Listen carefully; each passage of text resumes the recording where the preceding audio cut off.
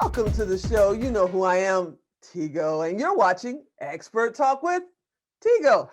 Yeah, you know that's what I'm talking about. And you know I love bringing experts, but not just any expert. I like bringing unique experts that are making unbelievable trailblazing actions all over the world. And today we've got a guy who he loves motorcycles. I love motorcycles. He knows everything about sailing. We're going to get into that. And he's sassy. What does that mean? Sit right there. We'll be right back.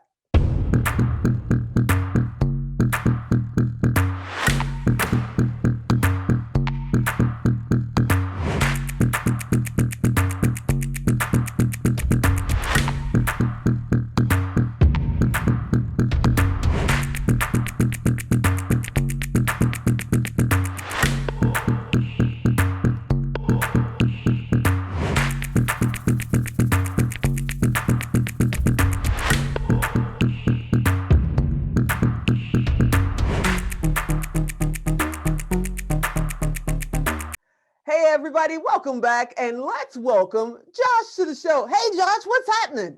What's going on, Tigo? So good to be here. So good to have you here, man. I mean, you and I had the privilege of being on your show, and I want to thank you again for having me on Firebuilders. I mean, it was a Absolutely. lot of fun. You are the man, but I want to go back.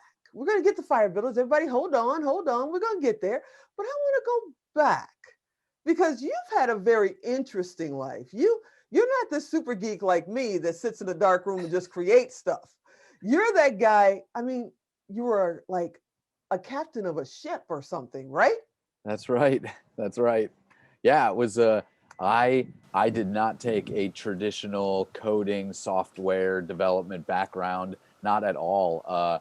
In fact, my I have a Spanish major. I have a bachelor's in Spanish, master's in mechanical engineering. I had I had maybe a year and a half captaining tall ships, and I worked my way all the way up the chain to get there for years and years. That was an amazing experience sailing these ships all over the world. Learned a lot about myself, learned a lot about how to deal with other people, how to get along.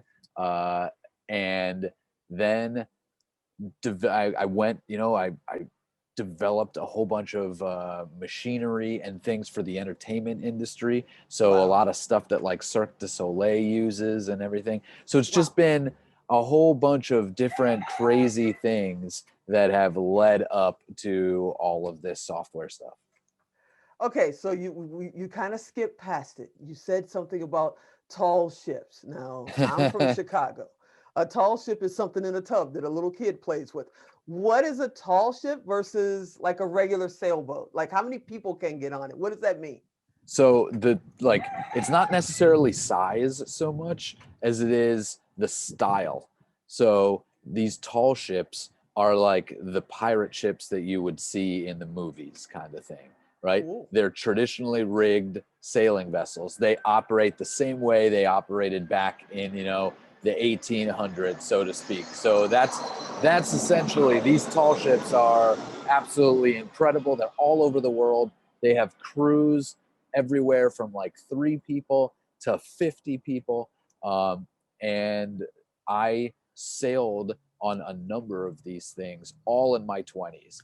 As soon as I like got my Spanish degree, I packed up my bag. I told my parents that I was just going to be joining this ship. And at the time, they didn't charge you for it at all. You could just volunteer. They said, give us 3 weeks and we will teach you everything that you need to know about sailing. And so I did. And I spent 3 weeks with them, and then another 3 weeks, and then another 3 weeks. And by the time it was all said and done, I had spent like maybe 3.5 months with this ship. I helped them downrig everything. And then I just jumped off that one onto another one that was headed out the St. Lawrence Seaway. We sailed to Halifax, Bermuda, Bahamas. Uh, and that just kicked off my entire career. Wait a minute though. You don't look like you're 100 years old. I mean, I thought those kind of ships were around in like 1909. You're trying to Yeah. tell me those kind of ships are around today? Yeah, but they're built, they're built as complete. They're not like some people call them reproduction, some people call them replicas. Like essentially, it's the same exact tooling, It's the same style of build, right? How you manipulate the wood, join it all together. They build these things the same way they built them way back in the day, and they're complete working vessels. And they have all kinds of different purposes. Some of them just represent the goodwill of, say, Maryland or Baltimore. Some of them are all involved in freshwater research, like the Dennis Sullivan up in the Great Lakes. Some of them are attached to the state, like the Brig Niagara in Erie, Pennsylvania. Some of them are just like sail training vessels. We would just take kids around the Bahamas and stuff and teach them how to sail for 6 weeks. So there's Good just all grief. kinds of different reasons for their existence, but they're all around. And this is something that's still around. We're going through COVID. Everybody knows that we're going through COVID right now. But if, when COVID's over, this is something that if somebody wanted to be able to take a tour or they wanted to maybe work on those ships, you can still do that in Yeah, 2021. you can. Wow, You wow, definitely that's can. amazing. So Yeah. what made you leave there? What made you go, okay, I got my sea legs, I'm out? Because I'm prior Navy, so I'm just sitting here going, oh my God, this is cool. What made you go, it's time for me to hit the shore and start doing something else? Man, you hit a plateau after a while. So you kind of get to a point where the only way up is tugboats and container ships and cruise ships and stuff, really big vessels. Mm-hmm, mm-hmm. You either do that or you go the private route. So you go find a ship that's sailing around the BVI's and hopefully you get a cool owner and you just crew on one of those. Neither of those really, I don't know, was attractive to me. Didn't have the greatest experience with privatized sail, and I definitely didn't want to do like container ships and tugboats. Just wasn't for me.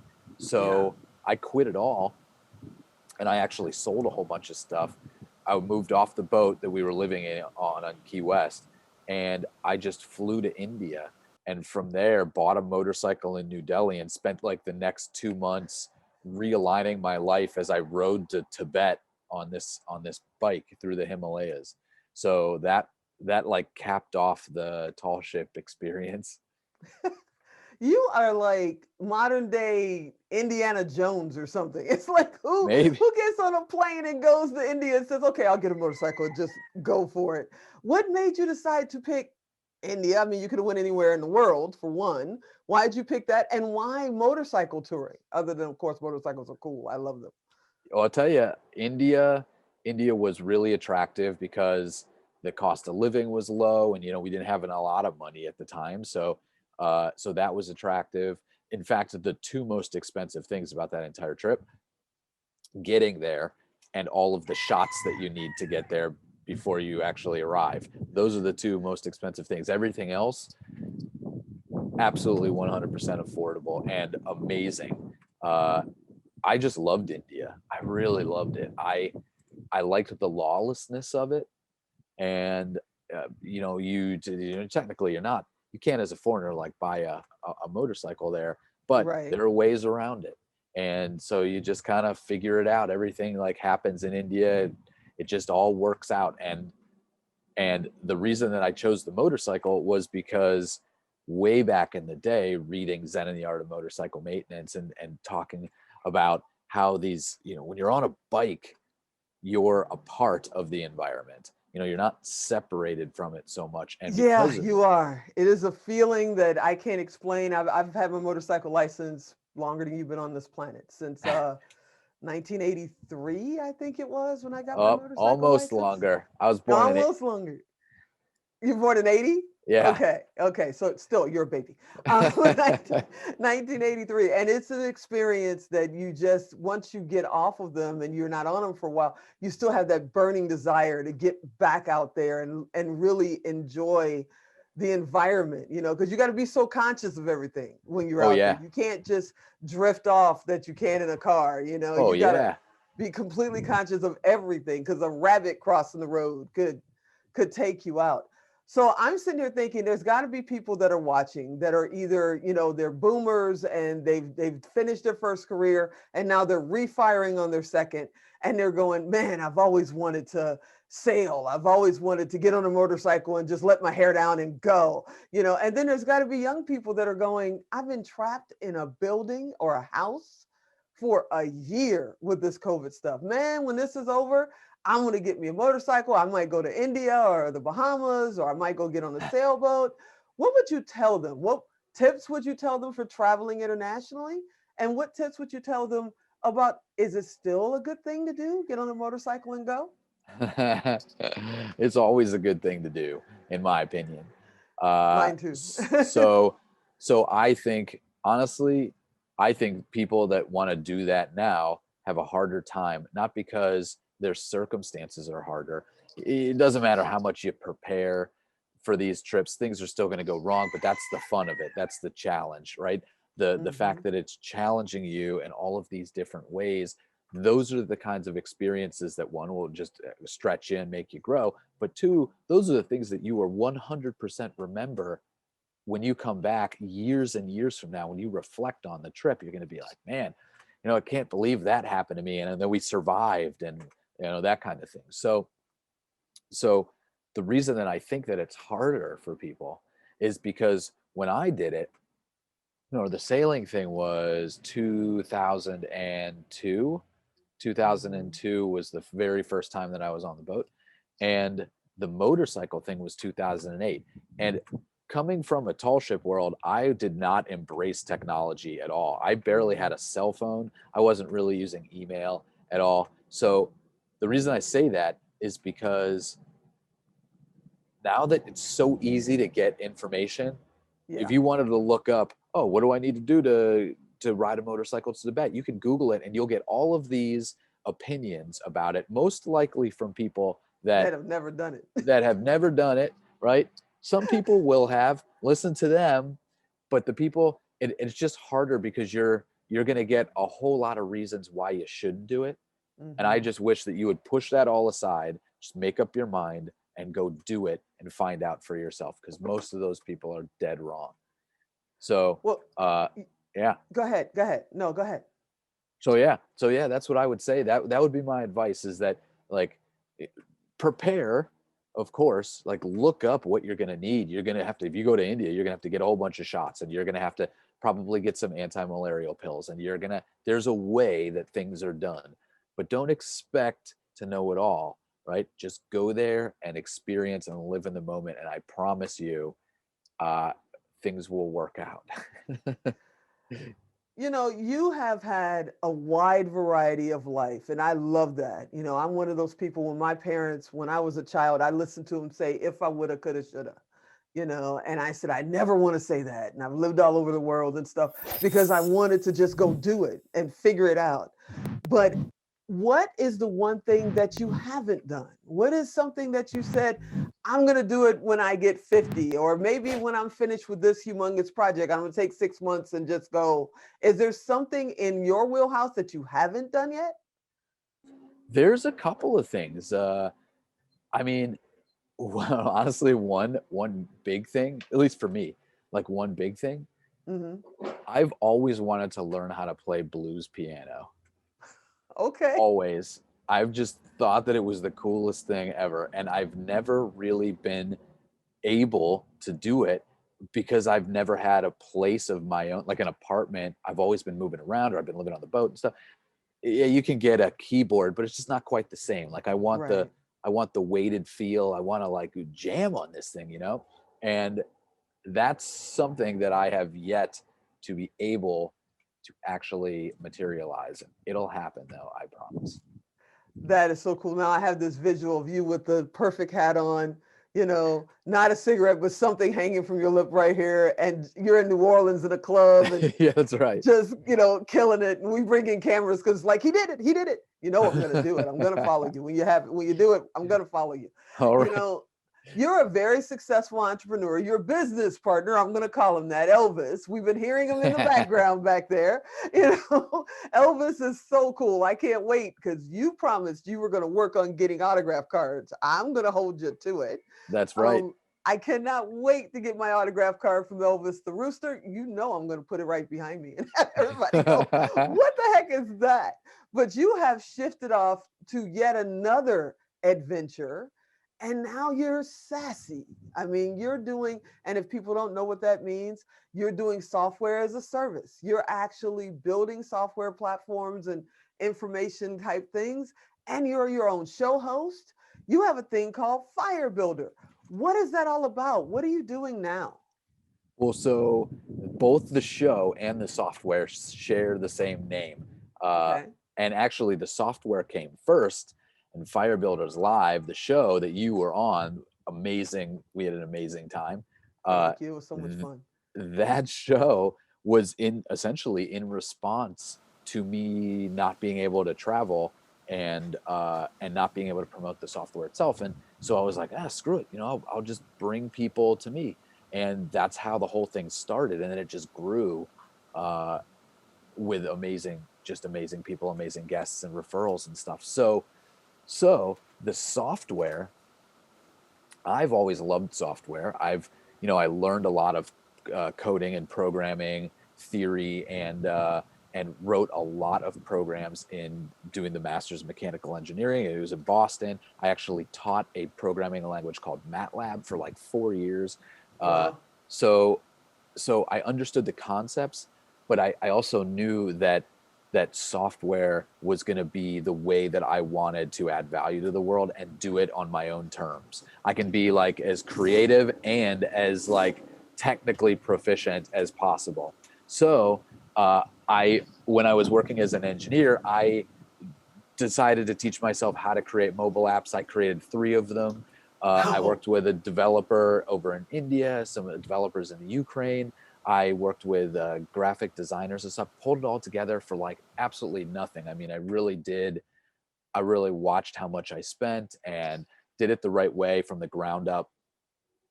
And I put them out there, and there's just no one cared, you know, like nobody cared at all. And that was really my first like punch in the face to really going all in, creating something, and having the realities of the market set in. So for me, I was like, well, something's got to change, and that thing has to be me learning about sales and marketing. And I went real deep into that. I studied, I applied, I experimented. I moved away from the software for a little bit and started helping people with their marketing, like implementing it, because I had this engineering background and it was easier for me to do that. And Hmm. that I was doing copywriting and graphics and all of the technical like implementation of it all for end-to-end users, huge marketing campaigns, big e-commerce stuff. And through all of that, I learned a thing or two about the problems in the marketing industry, the online coaching industry, like all of that. And I just started creating software for my own use. And it worked well enough that other people started using it as well. And now they're subscription products that everybody can use. Wow. Well, we're going to take a little break. And when we come back, we're going to find out from Josh how he went from being a captain of a ship to being a captain of his digital industry. So sit right there. We'll be right back.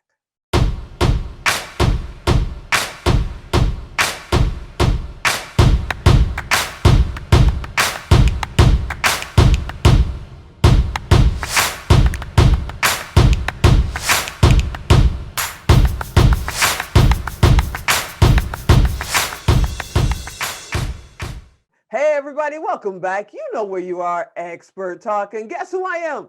Yeah, that's right. I'm Tigo. We're talking to Josh today, and he's talking about sailing, motorcycling through India, and becoming a sassy software developer. So, hey, Josh, let's talk about what exactly is Firebuilder.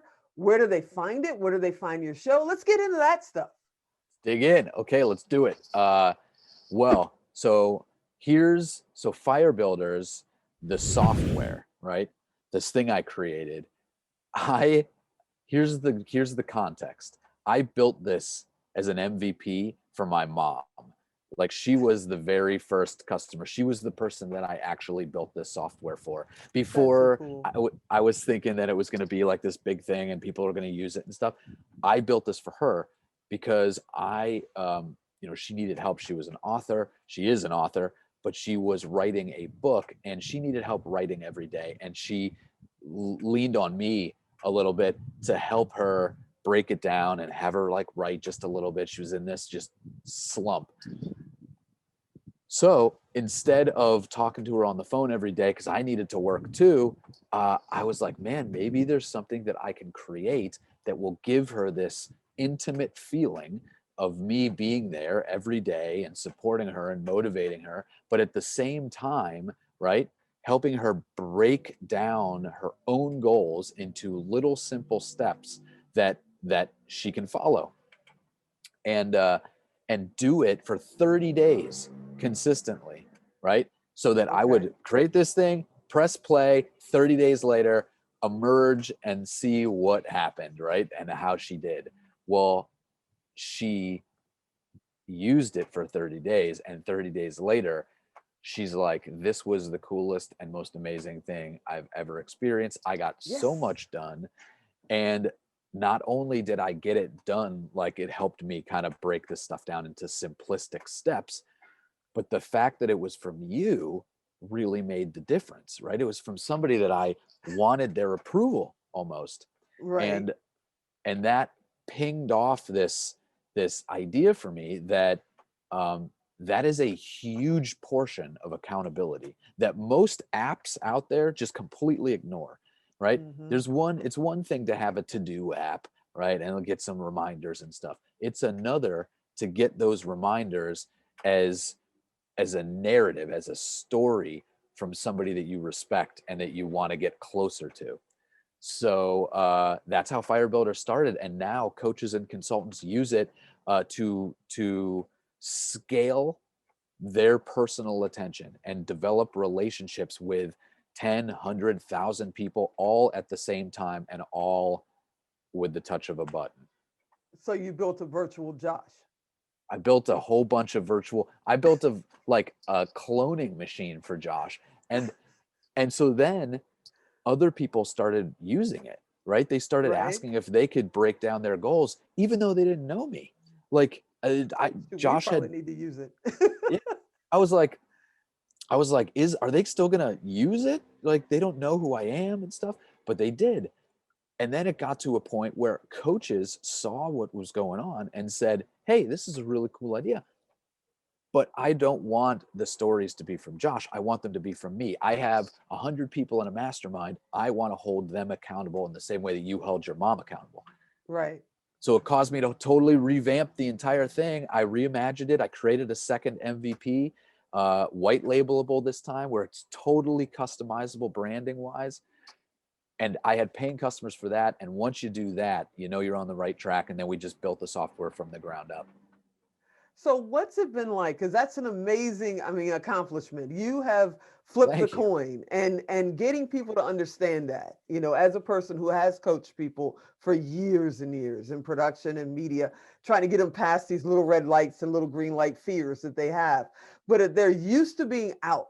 Like you were, on ships, you're in other countries, you're, in the free air riding your motorcycle, and get them to go in and do something like this. I mean, your office literally is outside, but what's that been like to make that shift from being this free spirit outside to being this creative free spirit indoors, quote unquote?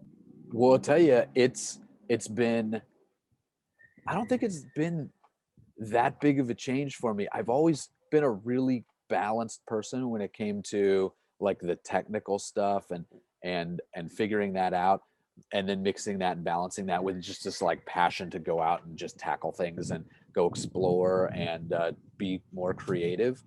Um, but as far as like bringing in and focusing, it has been the most challenging part for me Mm, because I'm the kind of person that just wants I want to experience the most potent life I possibly can. And mm-hmm. and and I'm doing that. I just had to find a product, something that I could deliver to the world that was valuable, that also fulfilled me, that also fulfilled my need for validation, that what I was doing was helping, and that gave me this sense of purpose that, uh, that helped me. It ended up being like my why, so to speak. So this Firebuilders software, firebuilders.io, I can see now, right? All of these people being held accountable and breaking down their goals and accomplishing things, small things on a daily basis from all of these coaches that are using it. And Mhm. when I open up the laptop in the morning and I see the readout of, hey, Wanda did this today, and Terry did this, and John did this, as they're shooting for this goal and this goal and this goal, I say to myself, like, here's a bunch of people that are actually pushing towards their dreams with Right. something that I've built, and that's incredibly fulfilling for me. That's got to be just wild to be able to see that. Now, before we talk about your show, because we have to, I don't want hate mail. I'm going to ask the man, give me a minute. Before we do that, I got to ask you, where do they find it? Is it something that somebody, you have to be in a certain like level in their business? They need to have X amount of clients or been a coach for 10 years or something like that. How does that work? No, there's no prerequisites or anything. I mean, you can use this for a variety of different applications. Most people use it to hold their clients accountable throughout the week in Mhm. between Zoom sessions so that they can keep them warm, keep them engaged, right? Keep them purchasing, right? Another really amazing after effect, an artifact of this that didn't really notice until people started using it, are these little daily insights that you get from everybody end up being the best copywriting and marketing material that you could ever ask for. It is like straight up a playbook for how to sell Wow. things and what to sell them. So uh anyway, firebuilders.io, that is the website. Firebuilders.io. Okay, we're going to make sure it's on the bottom third so people don't call me and say, well, what, how did we? Give me a minute. We're going to put it down there. Okay, give me a minute. So let's talk about Fire Builders Live, man, because that is an awesome show. I was on it. It was awesome before I got there. Hopefully, I didn't break it, and now it's even bigger. But tell me all about it. How did you get started? What's that about? I'll tell you. So how do you feel when you host these things? What how many shows do you think you've done, Tigo? We're over 120 episodes right about now at this particular moment. Yeah, Do you about do you 120 episodes. do you feel like you could do this for the rest of your life? Like this is something that you just get really excited about? Yeah, yeah. It's like I can't wait to see where it goes and when we can open our studios again and bring people in again and see how we do in front of a live audience. I'm always looking for new platforms, blah, blah, blah, blah, blah. So yeah, Well, I totally do. and I mean the like the interview process too. Yeah. Like the way that you're able to sit down with people and just like dig into some cool, right? It's a cool feeling. It really is. It's turns out that's what I've been doing my entire life. I just didn't realize that it was the exact same skills that I was learning at all of these traumatic events that would happen, getting shipwrecked over in France, right? We got that trip in India. We got avalanched in to this little Buddhist monastery town called Kaza for 2.5 weeks. Like Wait a all minute. of What? these things, yeah, all of these things that happen to you, you end up you end up developing a conversational skill. And that has helped me big time on the Yeah. show. I feel like if I didn't have any of that and I tried to create a podcast, I'd struggle hardcore. And I did struggle at the very beginning. Like Yeah. I do the show, or I did it 6 days a week live at the same time every day with 6 different guests to do that. And I did that consistently since April of last year. And so it's like, um, it's, I tell you, it's helped me immerse myself in this world and get good at being a good host and controlling the conversation and letting guests kind of wander off and say something they think is important, but then looping them back to the Yep. nucleus of our conversation and actively Reel them back listening. in. Yeah, exactly. Like there's an art to it, and Hmm. and it's helped me get a little bit better at that and great. I'm very grateful that I've just been able to meet so many really interesting people, yourself included. It's just been fantastic. Oh yeah, you and Elvis are stuck with me now. You guys are family. That's it. You guys are family. That's it. So, what's your show about? Who's your guest? Let's talk about that. So, Firebuilders Live. I take big ideas, break them down into small steps. So every guest that comes on, we take the whole learning process, whatever it is they teach or they do or they live by example, whatever that is, and we distill it into first principles, which is just a fancy old engineering term for distilling it down into its essence and then focusing on one particular thing. So every guest comes on and we talk about, hey, what's the one thing that you need to know to do X? Or another way that I frame it with some people is, if you wanted to teach an 8-year-old kid that, where would you start? And Oh, I love that that. just gives people a singular concept to focus on so they can take that away from the show and actually apply it to their own life. And Tigo, I've had guests like VH1 hosts, MIT professors, National Geographic documentarians. I had the mayor of Key West on a few months ago, famous singers, songwriters. I had Bruce Springsteen's and Aretha Franklin's bassist, Frank Centeno on. I Wow. just like all kinds of really interesting people from all around the world that have something to teach people and are excited about life. And when you hear them, when you see them, you can't help but be infected with their enthusiasm. So that's what I like about it. So you said you were doing 6 days a week. Are you no longer doing 6 days a week? Well, I've backed off to human levels now, so I was I'm going to say, doing 'cause it that's tough. two. So yeah, so we almost 200 episodes, 6 days a week, and Wow. instead it's going to be 2 days a week, and that's going to give me a little bit more time to do some marketing and focus more on the software instead of the show all the And time. hang out with Elvis. I mean, let's just be honest. You're going to hang out with Elvis. We're gonna hang out anyway, and he's rough, man. Like he's a crazy guy. Sometimes I don't even feel like I can keep up with that rooster. So now that you've had your experience with building your software and getting all into that, are you planning on doing other type softwares? Are you looking at other projects down the road? I mean, have you got the bug now? I'm a programmer, so I know Oh what that's like. So yeah. have you got the bug now? You're going, oh yeah, we can automate this, we can do that. Are you going through that right now? Well, I am. I feel like I'm always going through that, and like I have a very super secret but incredibly promising thing going on in Key West these days. Something new, never seen it before done. I know people say that all the time, but it's the truth in this case. Uh, and I've been doing small scale tests for the last like month or so to try and understand better the user behavior. And once I really get a handle on that, then how to monetize it. Like I know how to monetize it, but like the best way to monetize it.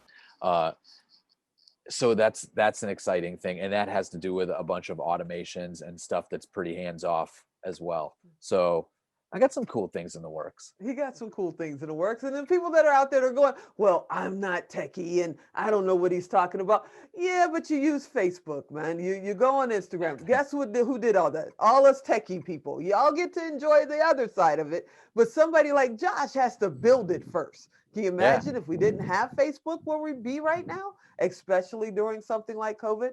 I got a couple of questions. I know I got to get you out of the hot seat because you're a busy, busy guy. But one question I've got is, I know you're down in Florida. Are you still getting out in the water? Are you still, having that time? Yep. Yep. An open invite, by the way, whenever you want to come down. We got Don't mess with me. I'm yeah, heading yeah. over. We got boats. We got boats down here. We'll get you out on the water. There's a beautiful sandbar, right? We just beach the boat right there on the sandbar, hang out, drink a couple beers, whatever we want to do out there. Okay, so the show's over by, no, I'm kidding. And then this is going to sound kind of strange, but I'm going to throw you into the deep end, as they like to say. Let's go back, way back, and talk to Josh when he was 10. When you were 10, what did you want to be when you grew up? all I did was draw Garfield, the cat. That's all I did when I was I 10. love Garfield. Yeah. I got so good at drawing Garfield in any way, shape, or form, like anything. So I was convinced that I was going to be an illustrator, some kind of cartoonist or something like that, um, which honestly is really, Technically, it's what you're doing. yeah, kind of is. I mean, some of the best guys, they tell a story in 3 frames, Yeah, right? It takes yeah. skill to be able to do that. And that's kind of what I'm trying to do, but just in a software sense. Well, man, you are awesome. You're amazing. You know, I'm a super fan. Yeah, I got to have you come back on the show. I want to know what's coming up next. I'm coming to Florida and hitting that sand beach. I'm telling you. You know, I also want to do some fishing, man. I'm a fishing person. I want to thank you for coming on. I want to thank you for hanging out and being a part of our virtual family because you stuck with me now, you and Oh Elvis. man. Oh man. Yep. Well, Elvis and I are seriously honored, Tigo. This has been great. I really appreciate it. And I love this show. You're doing a fantastic job with it. Seriously, it's impressive. Uh, I feel like I learn something from you every time that we see. Elvis agrees. See, Like, that's my eh, biggest fan. yeah, seriously. So thank you again for having me. This has been great. Thank you for being on. Okay, you guys know how we do this. This is how we do it. We bring experts on. They sit down and share a bit of their story, a little bit of their journey, you know, just enough to wet your beak, as my mother used to say. But this is where you can see how you can grow. So if you're sitting at home going, I want to own my own business, but I don't think it's the right time. Or if you're sitting at home because of everything that's going on in the world and it wasn't your choice to sit at home, you got the time. Now's the time to get out there and virtually get out or get out in your neighborhood and start doing something new. Start being an adventure. You need help? Josh just told you about Firebuilders. You know, Expert Talk is here. We're going to do this thing. For now, I'm going to thank you for coming and watching the show. I'm going to hope you come back next time and watch it again. And as always, I'm Tigo, and I'll talk to you next time.